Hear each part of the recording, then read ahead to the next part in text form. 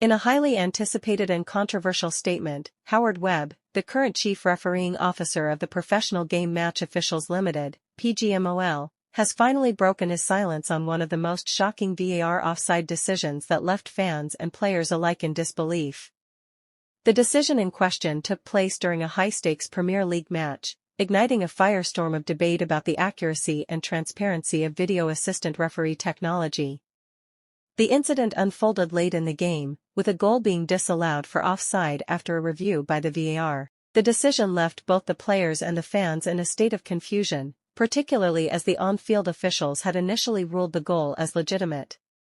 The controversial nature of the call sparked outrage, especially given that several fans, pundits, and former players believed the offside was marginal at best, with some even arguing that the technology was used incorrectly or, worse, inconsistently. Webb, whose role is to oversee the quality and integrity of officiating in English football, addressed the decision in an exclusive interview with a national sports outlet. He acknowledged the confusion surrounding the incident and offered a behind-the-scenes explanation of the process. Webb stressed that the goal was disallowed after a meticulous review by the VAR team, who used the latest technology to ensure the decision was as accurate as possible. However, Webb was quick to admit that mistakes in officiating can, and do, happen. The technology is not infallible, Webb explained. While VAR is an essential tool for improving the accuracy of decisions, it's still a system reliant on human input. In this case, the technology was used correctly, but the interpretation of the offside line was contentious.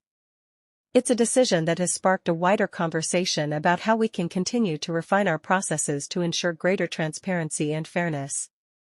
The controversy surrounding the decision was further amplified by the fact that many believed the on-field referees had been overruled without clear justification. Fans were left questioning the validity of the offside call, with some even arguing that it was a moment where VAR had been used in a way that undermined the spirit of the game.